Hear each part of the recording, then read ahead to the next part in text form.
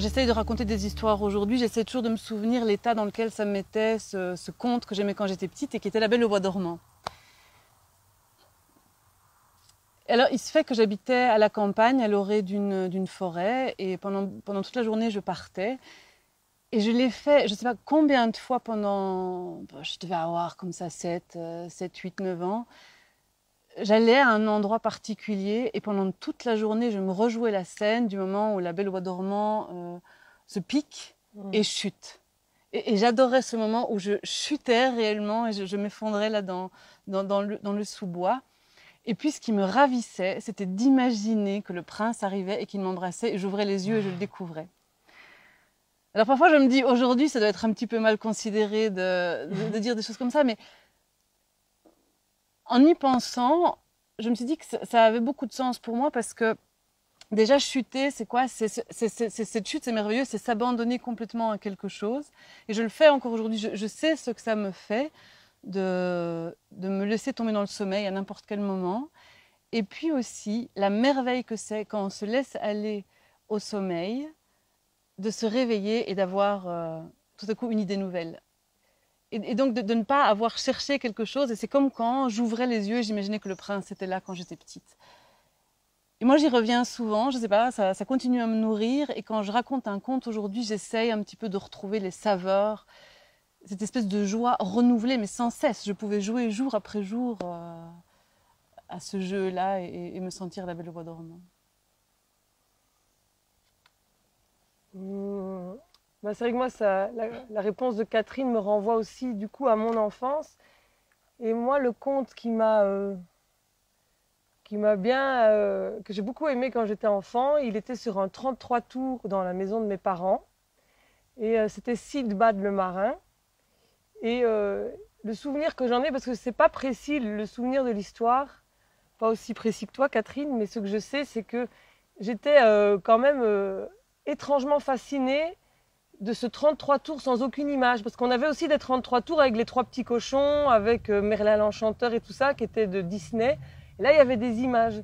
Et Sindbad le marin, il y avait juste la pochette du 33 tours.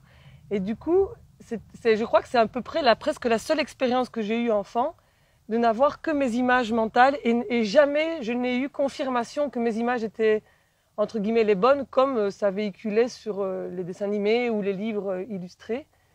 Et ça reste un peu comme précieux, parce que j'ai jamais personne qui m'a dit à quoi ressemblait Sindbad et à quoi ressemblait l'Aigle ou la vallée des rubis. Tout ça, c'est resté voilà, qu'avec mon imaginaire. Et jamais personne n'est venu coloniser mon imaginaire avec des images toutes faites là, pour cette histoire-là.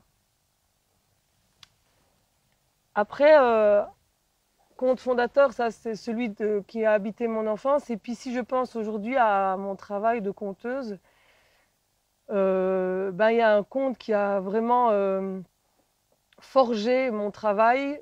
J'aime bien le mot forger parce que dans forger, il y a forgeron, il y a le métal, il y a l'alchimie, il y a la fonte des métaux en fusion, la forge, les braises. Moi, je vois un peu un truc tout noirci par les cendres et par le travail du feu. Et moi, le conte qui est toujours en alchimie en moi et en transformation, c'est Baba Yaga. C'est une sorcière de la mythologie ou du monde du conte merveilleux russe. Voilà. Qui est très puissante, très ambivalente, qui est maîtresse de la nuit, des eaux, du monde des animaux sauvages et tout ça. Moi, j'ai aimé travailler cette histoire avec toi parce que c'était un moment où j'ai vu comment tu mêlais des choses qui te traversaient, qui te tracassaient dans ta vie et comment tu en nourrissais certains aspects du conte, mais tu n'as jamais utilisé le conte pour dire quelque chose d'autre qu'il ne voulait dire. Mais, donc du coup, ça a été...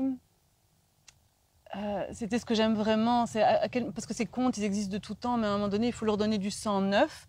Et le sang neuf, ça ne peut être que de l'expérience vécue. Et donc, j'ai eu le bonheur d'assister et c'est gai d'être dans les coulisses de cette création, de comment il y avait un peu de toi, de là où tu souffrais un peu à ce moment-là, de comment est-ce que ça venait se marier avec le conte. oui, c'était une période de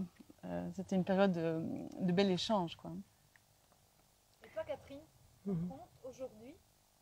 Qui est fondateur, moi, c'est Cassandre. C'est pas le premier conte que j'ai présenté devant un public, mais c'est celui où j'ai dû trouver comment je travaille. Ça a pris beaucoup d'années, ça a pris beaucoup de temps, j'ai tâtonné, mais vraiment, j'ai l'impression d'en être sortie avec le sentiment que je savais un petit peu comment je peux m'aventurer dans ce monde-là des contes et de les retravailler. Alors c'est déjà, et ça a à voir un petit peu avec La Belle au bois dormant, c'était pas du tout un choix, parce que c'est de la mythologie grecque. La mythologie grecque était quelque chose qui m'intéressait absolument pas, et donc j'ai été prise par ce sujet malgré moi.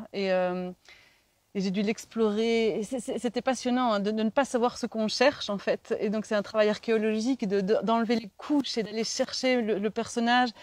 Et oui, c'est ça, de se demander, mais pourquoi est-ce qu'il me parle? Et donc, d'aller sans arrêt vers moi, pourquoi est-ce que ça m'intéresse? Et pourquoi ça intéresse aujourd'hui de raconter ça?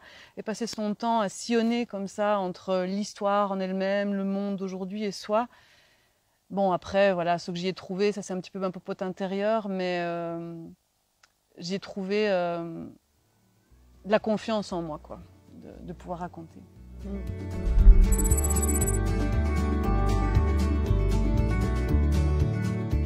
C'est assez difficile d'y répondre parce que c'est un processus vraiment extrêmement complexe. Je trouve qu'il s'étale vraiment sur le temps.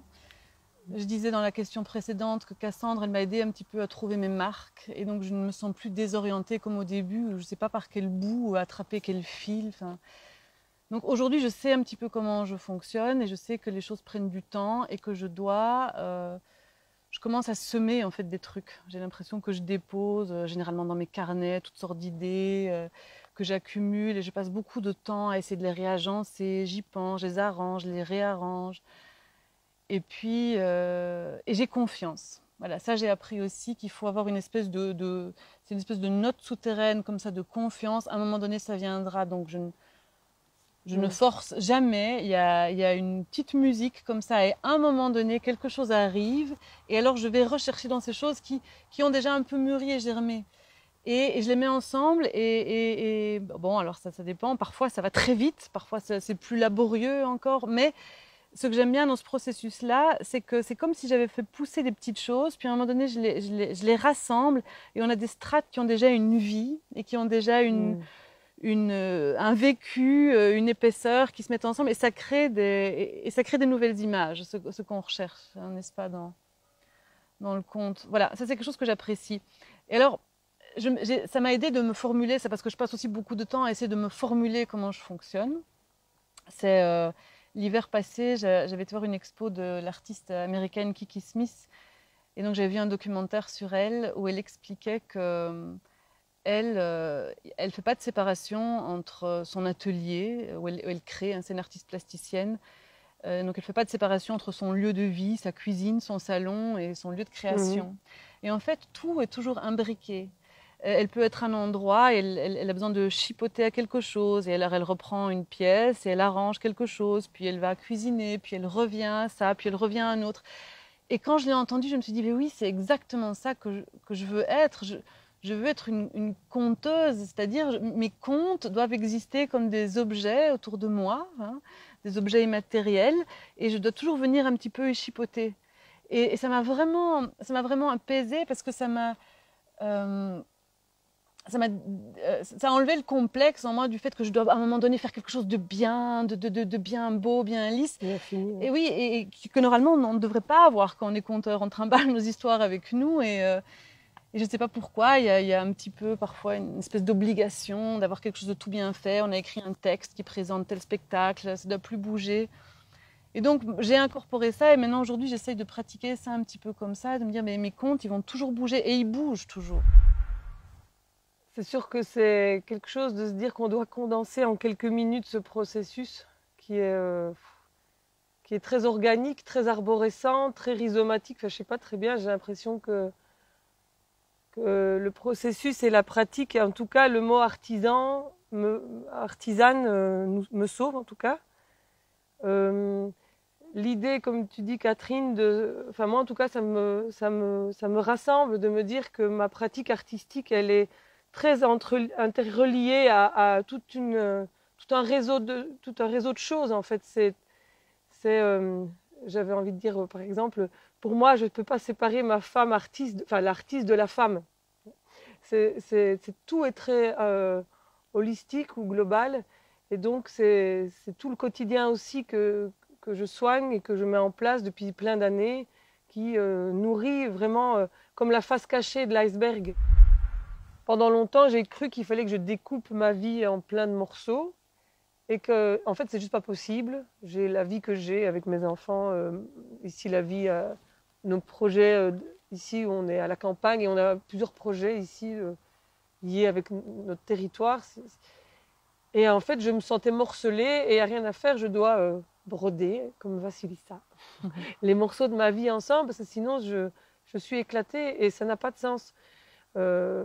Parce qu'en plus, plus le temps passe et plus je me rends vraiment compte que tout est vraiment relié et tout, comme je disais, il y a cette fameux iceberg et toute la vie, le conte, le spectacle ou l'histoire qui est partagée, c'est la face visible d'un iceberg et tout le reste, c'est une espèce de background comme ça, le bourdon qui nourrit finalement ce qu'on partage au public.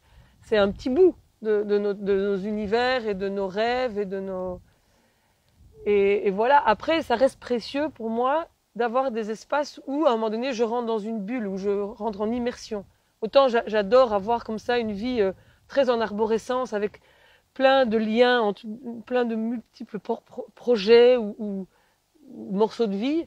Mais c'est vrai que pour le rêve, et ça je remercie les transmetteurs avec qui j'ai travaillé, qui sont Myriam et Michel, c'est vraiment prendre soin de cet espace quand même où je rentre dans mon univers onirique, sans compromis. Où là maintenant, tout le monde dégage, quoi. Et ça, c'est radical. Mais voilà, donc cette espèce d'aller-venue entre aimer cette vie un peu chaotique, bordélique, les gosses, moi j'ai un chien, un cheval, c'est le bazar.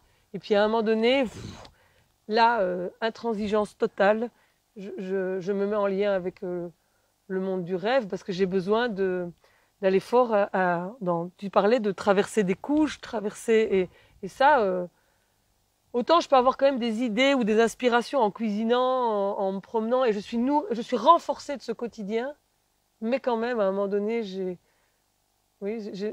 juste les mots non, pas de concession, radicalité qui me viennent. Voilà. Après, si je peux encore rebondir sur... parce que c'est vrai, hein, comme on se connaît, c'est toujours un regard. Moi, j'ai toujours apprécié chez toi, c'est que, en fait, pour moi, il n'y a pas de séparation dans les thèmes, dans ce que tu racontes, dans ce que tu essayes de faire passer sur scène, et avec ce que tu me dis dans la vie de tous les jours, ou ce qui te fait faire un combat plus politique, voilà. Moi, je vois une continuité. Enfin, je vois quelque chose qui se déploie, mais en prenant des modes différents, mais qui cherche à construire un même univers, en tout cas. Le conte n'existe que quand on le raconte, quand on le donne.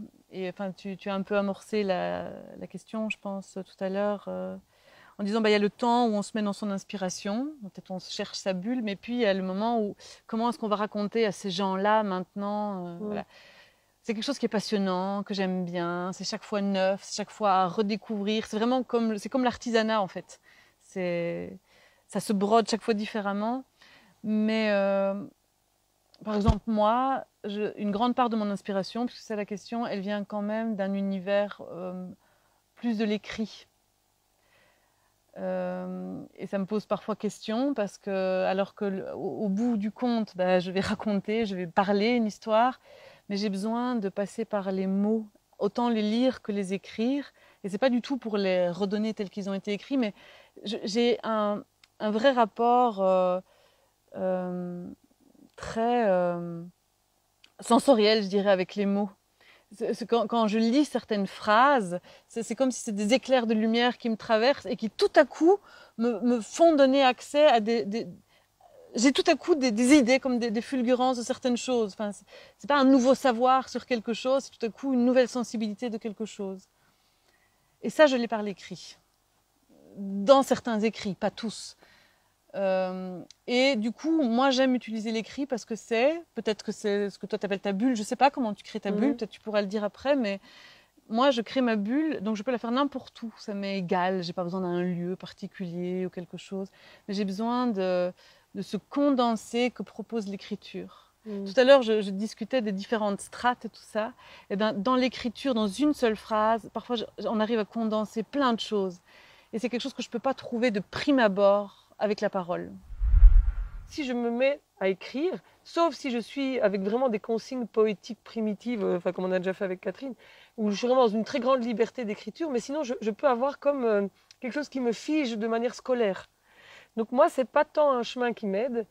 Par contre, c'est sûr, quand je parlais de concentration et de radicalité, j'ai besoin de trouver, et je pense qu'avec les années, je commence à trouver, et même comme tu dis, parfois dans des lieux, je me retrouve à devoir faire ça dans ma salle de bain, ou je sais pas, parce que j'ai pas toujours un centre culturel sous la main, mais à trouver justement un état intérieur qui va me relier à... oui, c'est vrai que c'est pas toujours facile à formuler, mais à sentir que j'ouvre les petites portes comme ça, qui me font être dans quelque chose que je vais sentir juste pour laisser venir à moi ce qui va être le récit. Et donc, c'est pas spécialement des mots précis, mais moi, c'est plus des images, en fait. Ou, oui, c'est plus des images, je crois, qui me viennent. Et donc, je me dis, ah oui, ça, c'est une image ou un motif. Et je dis, ça, c'est juste. Et je vais sentir en moi que c'est juste. Je ne sais pas le dire plus. Et il m'a fallu des années pour avoir confiance, comme tu parlais, Catherine, cette fameuse confiance, que je crois que c'est aussi Baba Yaga qui m'a... Enfin, tout le processus avec Baba Yaga, qui m'amène à avoir confiance, de dire, tiens, j'ai ouvert cette image-là qui me vient pour cette scène-là, par exemple, d'une histoire. Et je vais sentir en moi que c'est juste. Comme quand on accorde, que je suis harpiste et que j'accorde ma corde, tu sens quand tu accordes à l'octave, parce que moi j'accorde à l'octave, bah, tu sens à un moment donné, bah, les deux notes sont en résonance. Tu sens, c'est comme ça. Je sais qu'il y a une explication physique, mais voilà, sensoriellement, je me dis là c'est bon. Après je peux me tromper, hein, mais... Les conteurs, quand on parle de comment on pratique l'art, on parle beaucoup en termes d'images. En fait, on essaye de produire des images avec des mots quand on raconte. Mais je trouve qu'on pourrait continuer à réfléchir un peu plus sur c'est quoi une image. Et si on regarde par exemple des peintres ou même des cinéastes, il ne suffit pas de se mettre avec ça. Je me mets là, je regarde, je vois le paysage que j'ai devant moi. Mais après, comment le rendre? Et on a le même problème que si on était un peintre. C'est même une photographie. Comment ce sera jamais la même chose. À un moment donné, il y a quand même mon regard sur la chose, et dans ce regard sur la chose, je pense rentre tous les champs par lesquels on se nourrit. Et ça me fascine. Parfois, j'essaie d'écouter des conteurs. Je me dis, qu'est-ce que je vois comme type d'image? Qu'est-ce que je vois comme type de luminosité? Qu'est-ce que je vois? C'est quelle stylisation d'image en fait? Est-ce que c'est des images, je ne sais pas moi, à la Jérôme Bosch, ou c'est des images à la William Turner, ou bien c'est... Enfin, comment est-ce qu'on joue là-dessus?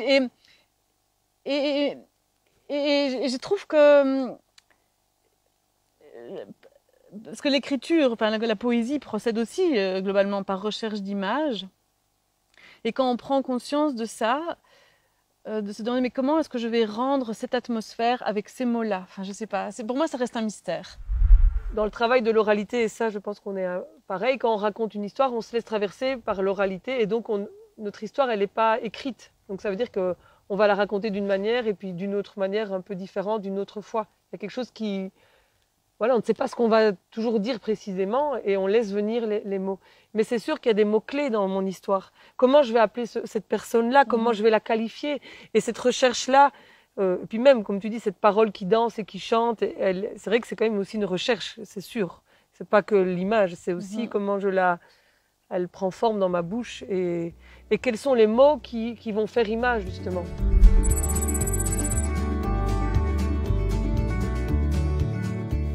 C'est particulier parce que c'est à la fois un multiple et à la fois il y a quand même quelque chose qui appartient à nos singularités.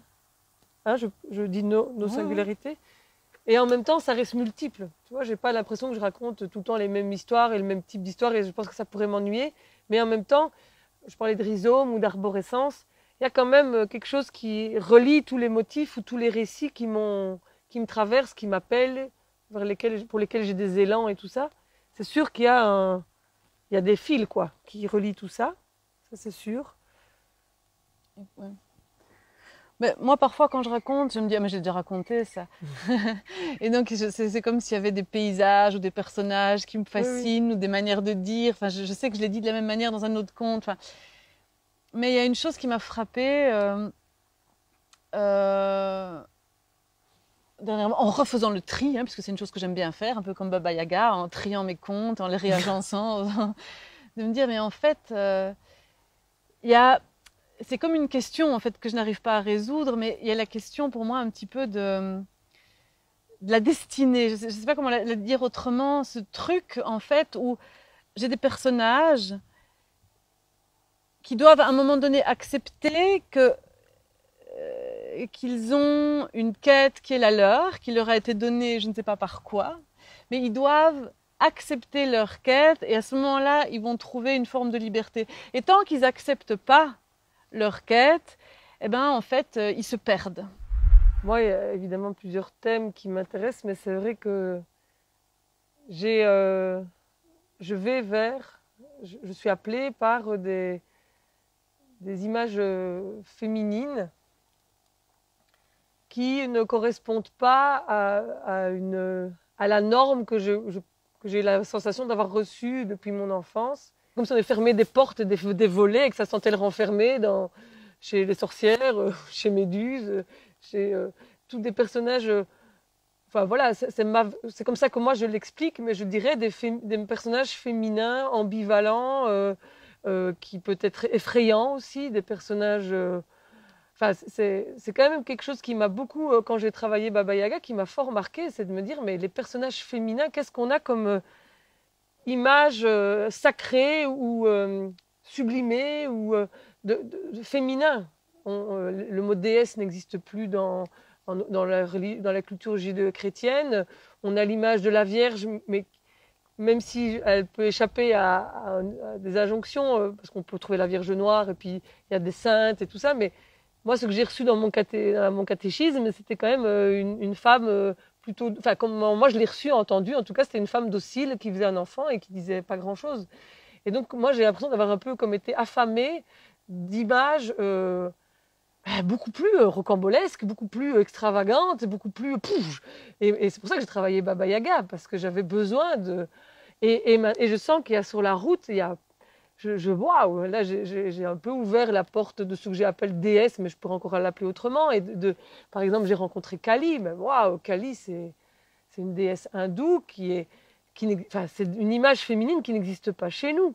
C'est une déesse guerrière, destructrice, qui a des armes comme meilleures que tous les chevaliers du zodiaque. Je veux dire, elle est terrible, elle détruit, elle est sacrée dans son horribilité, enfin, je ne sais pas comment on doit dire, mais elle est sublime dans son côté effrayant et terrifiant. Et pourtant, elle n'est pas néfaste, elle n'est pas malveillante. Et c'est là que j'aime, c'est le côté multiple et qui casse un peu le côté binaire qui me semble trouver dans comment on m'a donné la culture, enfin comment on m'a transmis la culture judéo-chrétienne. C'est que Baba Yaga ou Kali ou d'autres, elles sont pas en fait néfastes. Elles ont une fonction en fait dans les récits qui sont des fonctions de transformation, d'émancipation, de libération, d'initiation.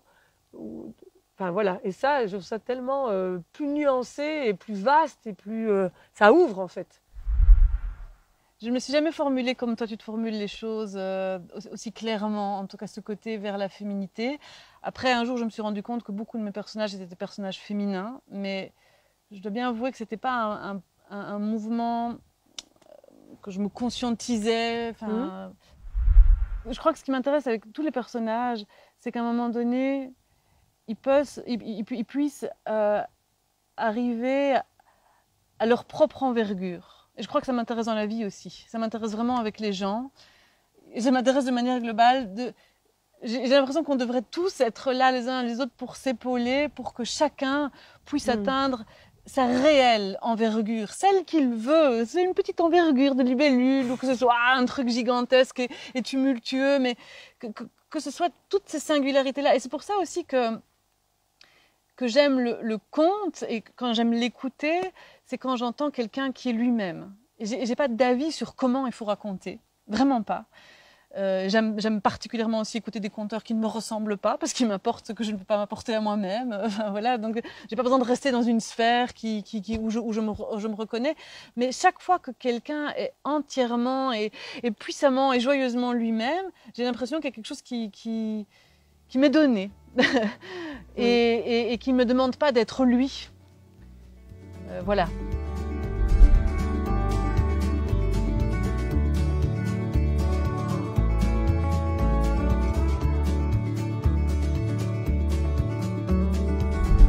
Mais quelle tête on doit avoir quand ça s'ouvre?